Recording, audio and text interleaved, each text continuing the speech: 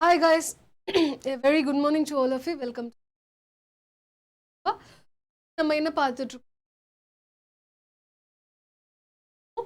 vocabularies அப்படின்னா நிறைய விஷயங்களை சேர்ந்து பார்க்கணும். இருக்கட்டும் நேற்று தான் பார்த்தீங்கன்னா ஃபோக்கஸ் பண்ணிட்டு இருக்கோம். நேற்று அதாவது போன செஷன் கேட்டிருந்தேன் என்ன அப்படி ரெயின் செக் அப்படின்றது அதுக்கு நிறைய பேர் ஆன்சர் பண்ணியிருக்கீங்க. Well done guys, super.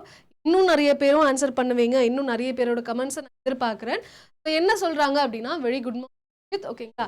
So rain check அப்படின்னா என்ன சொல்லுவாங்க? ஸ்லைட்லி ரிஜெக்ட் அன் ஆஃபர் ஒரு யாருன்னா ஒருத்தங்க ரைட் பண்ணாலோ ஆஃபர் கொடுத்தாலோ இல்லைப்பா இப்போதைக்கு வேணாம்ப்பா அப்படின்னு சொல்லிட்டு என்னது பொலைட்டாக reject rain check. Deepak very good morning. அதுக்கப்புறம் ஆன்சரும் பண்ணியிருக்காங்க Sujith to refuse an offer or say that you would like to accept but at a different time. சரிங்களா? வெரி குட், சூப்பர், கரெக்டாக சொல்லியிருக்கீங்க. யூஸ்ஃபுல்லாக இருக்காப்பா, thank you so much. And Sri Panneer என்ன சொல்லி tell someone that you now would like to do so at a later time. Cool climate with thank you so much guys. சரிங்களா? Rain check அப்படின்னா interrupted guarantee almost கொஞ்சம் சொல்லியிருக்கீங்களா? சரி, well done guys, thank you. Session நல்லா போச்சுன்னு சொல்றீங்க. I am happy to know. சரிங்களா? Okay done. இன்னைக்கான செஷன் ஆரம்பிச்சிடலாம். ஃபர்ஸ்ட் வேர்டு இன்னைக்கு கிக் அவுட்னு சொல்றாங்க. Kick out. கிக் அவுட்னா என்னது? லிட்ரலி சொல்லணும்னா எட்டி உதைக்கிறதான்னு சொல்லுவாங்க. பட் எட்டி உதைக்கிறது அப்படின்றத நம்ம சம்டைம்ஸ் அதை எக்ஸாக்ட் எக்ஸ்பெல் பண்றது எக்ஸ்பெல் பண்றது ஒரு இடத்துல இருந்து இனிமேட் நீங்க வரக்கூடாதுன்னு சொல்லி வெளியில துரத்தி விடுறது என்ன சொல்லலாம்? கிக் அவுட்னு சொல்லலாம். For example the principal kicked him out. Principal என்ன பண்ணாரு? அவனை துரத்தி விட்டுட்டாரு. வெளியில போன்னு சொல்லிட்டு அவன் என்னது எக்ஸ்பெல் பண்ணிட்டாரு அப்படின்னு சொல்லலாம். Kicked him out of the school அல்லது காலேஜ் அப்படின்றதையும் போடலாம்.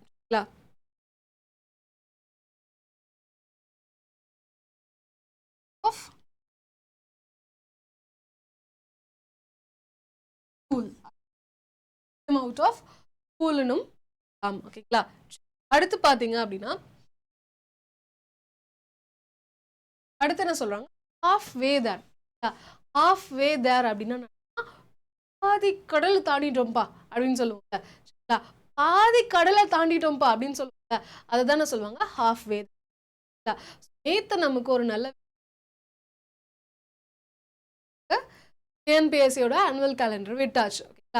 ஆனுவல் கேலண்டர் விட்டதே என்னது? நமக்கு ஒரு பாதி கடலை தாண்டினது தான் அர்த்தம் அப்படின்ற மாதிரியும் நம்ம சொல்லலாம். ஹாஃப் வே தேர் அப்படின்னா அர்த்தம் ஹாஃப் டன், பாதி முடிஞ்சிச்சு, பாதி தான்ப்பா இருக்கு. என்ன சொல்லலாம்? On the right path for achieving the goal or solve problem. ஒரு பிரச்சனையா இருந்தாலும் பாதி வழி கோலா இருந்துச்சுன்னா கோலா அடையிறதுக்கு பாதி கடல் தாண்டிட்டோம். அதுதான் அந்த ஹாஃப் வே தேர்னு சொல்லுவாங்க. சர்க்கஸ் மஸ்ட் சர்க்கஸ் இந்நேரத்துக்கு என்னது தீக்குள்ள போயிருந்திருக்கும், பாதி தூரம் போயிருந்திருக்கும், கடந்து ஹாஃப் வே தேர்னு சொல்லுவாங்க. அடுத்து பாத்தீங்கன்னா கிளாஸ் ஹாஃப் எம்ப்டி.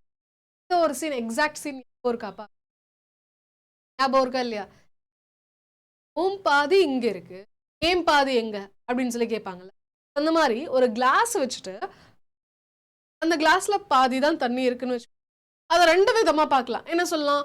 ஐயோ காலி ஆயிடுச்சு அப்படின்னு சொல்லலாம். அல்லது என்னதான் பரவாயில்ல பாதி பாதி பாதி கிளாஸ் ஆச்சு இருக்கே அப்படின்னு சொல்லி பாதி கிளாஸ் காணும் அப்படின்னு ஃபீல் பண்ணலாம். அல்லது என்னது பாதி கிளாஸ் ஆச்சு இருக்கேப்பா அப்படின்னு சொல்லி நினைக்கலாம். நல்லதாகவும் நினைக்கலாம், கெட்டதாகவும் நினைக்கலாம். நல்லதா நினைக்கிறீங்க அப்படின்னா கிளாஸ் இஸ் ஹாஃப் ஃபுல். என்ன சொல்லுவாங்க? நல்லதா நினைக்கிறீங்க அப்படின்னா கிளாஸ் இஸ் ஹாஃப் ஃபுல். நெகட்டிவா நினைக்கிறீங்கன்னா class half empty. Glass half empty. Father complained that the glass was always half empty. அவனை எப்ப பார்த்தாலும் எல்லாத்துலயும் குறை கண்டுபிடிப்பான் அப்படின்னு சொல்லிட்டு என்னது அவங்க அப்பா அவனை கம்ப்ளைண்ட் பண்ணாங்களாம். என்ன அப்படின்னா எந்த விஷயம் எடுத்தாலும் அதுல எல்லாத்துலயுமே என்னது இருக்கிற கெட்டதை தான்ப்பா அவன் எப்பயுமே பாக்குறான் அப்படின்னு அவங்க அப்பா வந்து அவனை பத்தி கம்ப்ளைண்ட் பண்ணதா சொல்றாங்க. கிளாஸ் ஹாஃப் எம்ப்டி அப்படின்னா நெகட்டிவா சொல்றது, நெகட்டிவா சொல்றது. இப்போ பாசிட்டிவா சொல்லணும்னா கிளாஸ் ஆஃப் ஃபுல்னு சொல்லு. என்ன அர்த்தம்? பாதி ஃபுல்லா இருக்குன்னு அர்த்தம். ஃபுல்லா பாதியாச்சும் ஃபுல்லா இருக்குல்ல போதுமே அப்படின்னு நினைக்கிறது அது ஆப்டிமிஸ்டிக்கா இருக்கிறது. ஆப்டிமிஸ்டிக்னா என்னது? இருக்கிறதுல நல்ல விஷயங்கள் பார்க்கறது ஆப்டிமிஸ்ட், இருக்கிறதுல கெட்ட விஷயத்தை மட்டும் பார்க்கறது பெசிமிஸ்டிக். அவ்வளவுதான் வித்தியாசம். அடுத்து பாத்தீங்கன்னா cheap at half the price. cheap at half the price அப்படின்னா என்ன அர்த்தம்னா பெஸ்ட் பிரைஸ்ன்னு அர்த்தம். பொருளை வாங்கும் போது 50% ஆஃபரா இருக்கு. அதோட பிரைஸ்ல இருந்து பாதி பிரைஸுக்கு தான் உங்களுக்கு கொடுக்குறாங்க. 50% ஆஃபா இருக்கு, பாதி தான் நீங்க பேவே பண்றீங்கன்னா அது எப்படிப்பட்டதா இருக்கும்? கிரேட் பார்கெனா இருக்கும். ஆமாவா இல்லையா? கிரேட் பார்கெனா இருக்கும். சூப்பரா என்னது அவங்க பேசி விலையை கம்மி பண்ணியிருக்காங்க அப்படின்னு அர்த்தம். என்ன சொல்லலாம்? Example, the new car is cheap at half the price. இந்த புது கார் என்னது ரொம்பவே சீப்பா இருக்கு, பாதி விலைக்கு தான்ப்பா இந்த புது காரே விற்கிறாங்க, ரொம்பவே சீப்பா இருக்கு அப்படின்னு சொல்லுங்க. Cheap at half the price அப்படின்னா அர்த்தம்னா ரொம்ப ரொம்ப சீப்பா இருக்கிறது. அடுத்து பாத்தீங்கன்னா பெட்டர் ஹாஃப்.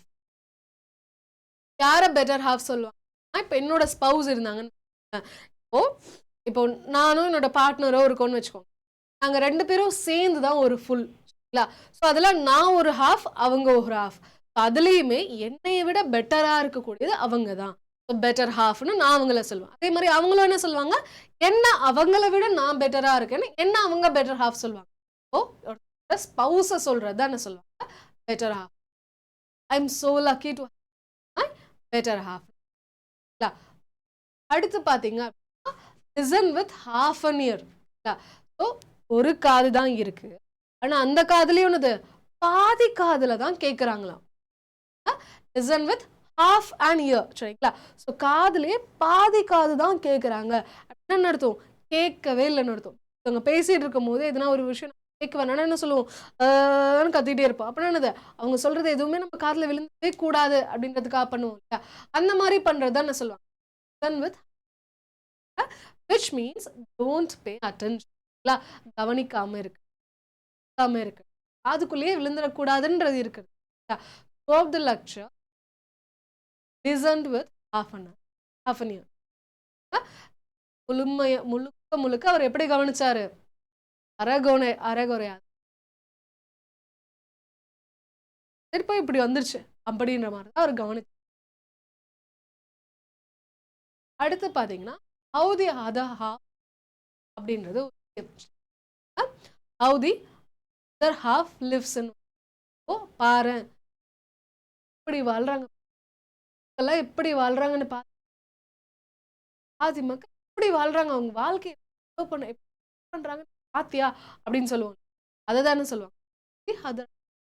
அது யாரை குறிக்கும் அப்படின்னா ரிச்சான மக்களை தான் குறிக்கும். போட்டுட்டு இருக்கோம் அவனுங்கெல்லாம் யாரை குறிக்குது? அவங்கெல்லாம் வாழ்றாங்கன்னு பாரு.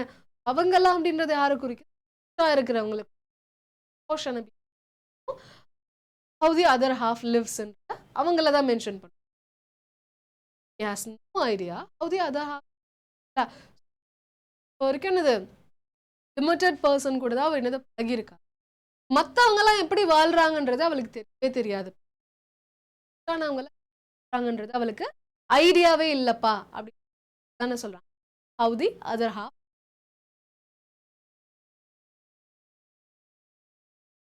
அபார்ட்னாலே என்னது? பிளான் வந்து நம்ம பிளானை வந்து அபவுட் பண்ண போதும் அப்படின்றாங்க. சரிங்களா? அப்படின்னா என்ன அர்த்தம்?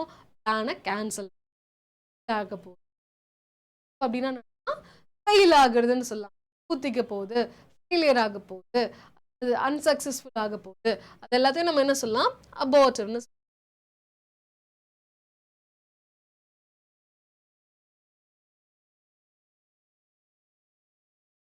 abortive சொல்லலாம்.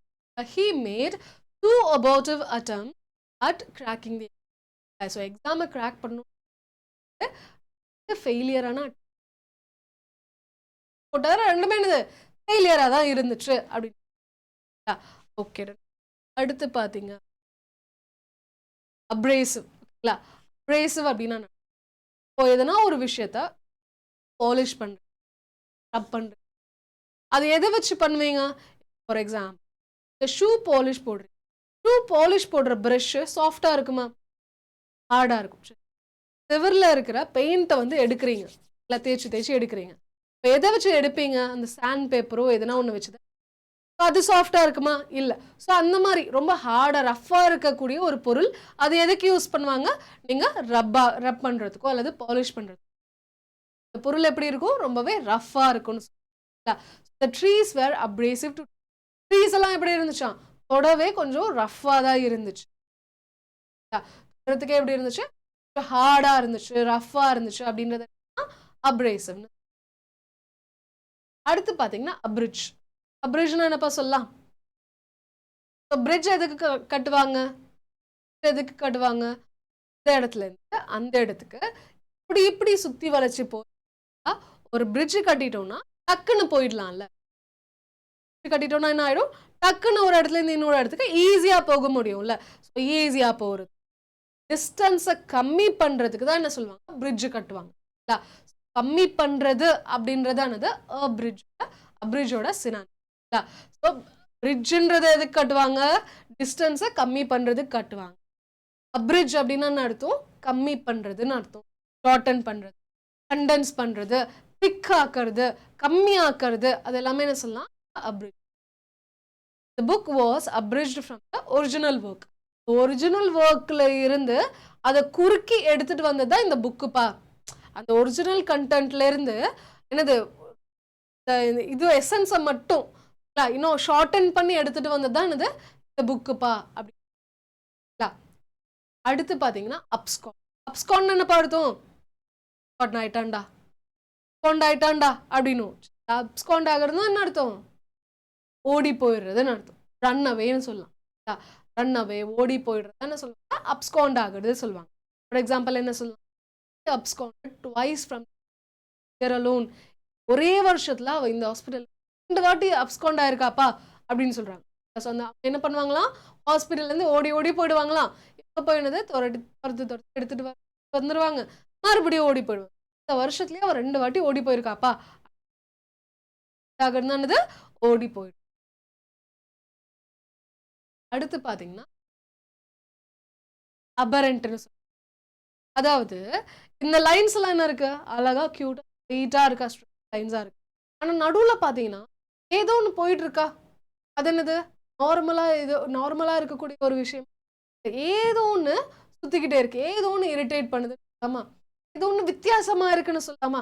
ஸ்ட்ரெயிட் லைன்ஸ்ல ஏதோ ஒண்ணு நடுவுல வந்திருக்கு அப்படின்னு அதுதானே சொல்லுவாங்க டிஃபரண்ட் அப்படின்னா. டீவியேட் ஆகுறது. ஒரு விஷயத்தை நோக்கி போயிட்டு இருக்கீங்க அப்படின்னா, இதை நோக்கி போயிட்டு இருக்கீங்க அப்படி போயிட்டு இருக்கும்போது தசை லைட்டா மாறும். ஓகேங்களா? இங்கிட்டோ அங்கிட்டோ லைட்டா திரும்பும். ஸோ அப்படி திரும்பி போறது, ஓகேங்களா, நார்மலா போறதை விட கொஞ்சம் வித்தியாசமா படுறது, இல்ல நீங்க உங்களோட அந்த டைரக்ஷன் வந்து கொஞ்சம் லைட்டா மாறுறது, அதெல்லாமே தான் என்ன சொல்லுவாங்க? No one knew the cause of the child's current behavior. இந்த குழந்தை வந்து ஏன் திடீர்னு இப்படி வித்தியாசமா பிஹேவ் பண்ணுறது யாருக்குமே தெரியலப்பா. அடுத்து பாத்தீங்கன்னா அபெட். அபெட் எப்படி ஞாபகம் வச்சுக்கலாம்? பெட்டுன்னு ஞாபகம் வச்சுக்கலாம். பெட்டுன்னு ஞாபகம் வச்சுக்கலாம். பெட்டு எப்போ வைப்போம்? கேம்பிளிங் பண்றப்போ வைப்போம். கேம்பிளிங் பண்றப்போ என்ன பண்ணுவோம்?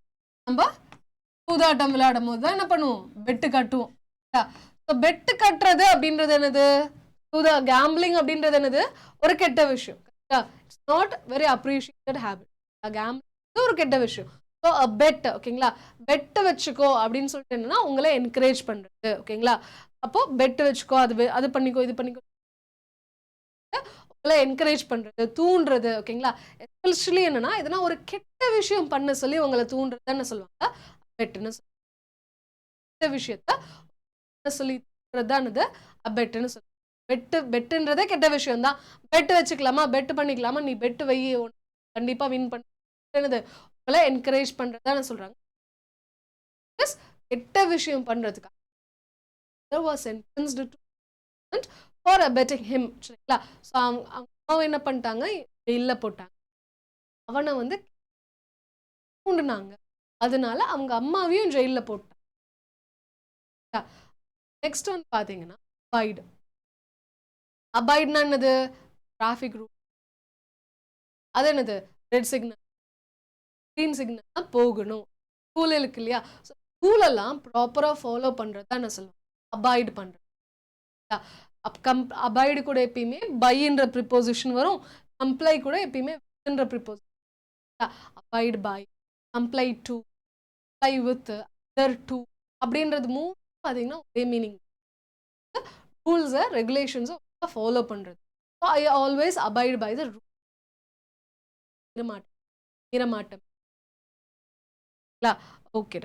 அடுத்து last one at odds. At odds அப்படின்னா சண்டை போட்டுக்கிட்டே இருக்கிறது. தானே சொல்லுவாங்க அட் ஆட்ஸ்ன்னு சொல்லுவாங்க. Suddenly best friends are at. திடீர்னு என்னோட பெஸ்ட் ஃப்ரெண்ட்ஸ் 2 பேரும் சண்டை போட்டுக்கிட்டாங்கப்பா, அவங்க 2 பேரும் பேசிக்கவே மாட்றாங்கப்பா, திடீர்னு அவங்க 2 பேரும் சண்டை போட்டுக்கிட்டாங்கப்பா அப்படின்னு சொல்றதானது அட் ஆட்ஸ்ன்னு. ஆடுனால என்னது? வித்தியாசமா இருக்கிறது. வித்தியாசமா இருக்கிறது என்னது? யோசிப்போம் இல்லையா? சண்டை போட்டு அப்படின்னு என்ன சொல்லுவாங்க? பெட்னு அட் ஆட்ஸ்ன்னு சொல்லுவாங்க. வித்தியாசமா இருக்கு ஆட்ஸ்ன்னு. ஓகே. இன்னைக்கான ஹோம்ஒர்க் உங்களுக்கு என்ன? 6 of one and half a dozen of other அப்படின்ற ஒரு இடியமோட மீனிங் என்ன? அண்ட் இந்த இடியமை உங்களால முடிஞ்ச ஒரு சென்டென்ஸை யூஸ் பண்ணியும் பாருங்க. எக்ஸாம்பிள் சென்டென்ஸும் என்ன பண்ணுங்க? கமெண்ட் பண்ணுங்க. அண்ட் ஒன்று 6 of one and half a dozen of the other அப்படின்ற ஒரு இடியமோட மீனிங் பிளஸ் இந்த இடியமோட ரெண்டுத்தையும் ஒன்று பண்ணுங்க, மறக்காம கமெண்ட்ல போடுங்க. நீங்களும் கரெக்டான கமெண்ட் போடுங்க அப்படின்னு உங்களோட கமெண்ட்டும் நான் அடுத்த செஷன்ல மறக்க. நம்ம அட்டா 247 எல்லா பேரும் ஏர்லைன்ஸ் இத்தனை ஃபீச்சர்ஸ்மே நமக்கு ஆப்ல ஜஸ்ட் இன்ஸ்டால் பண்ணாலே போதும். எல்லாமே நமக்கு ஆக்சசிபிளா இருக்கும். ஒரு பேட்ச் பேர் கேட்டிருக்கு மட்டும்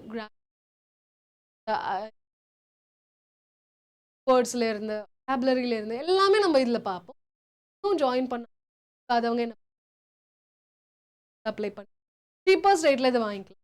இதை பொறுத்த வரைக்கும் என்னன்னா உங்களுக்கு பேசிக்ல இருந்து அட்வான்ஸ் வரைக்கும் எல்லா டாபிக் கவர் பண்ணி ஜான் 8 தான் ஆரம்பிக்க போகுது. வாங்கிக்கோங்க. எப்படி இங்கிலீஷ்க்கு மட்டும் தனியா ஒரு பேட்ச் இருக்கோ அதே மாதிரி இங்கிலீஷ்க்கு மட்டும் நீங்க என்ன பண்ணி i3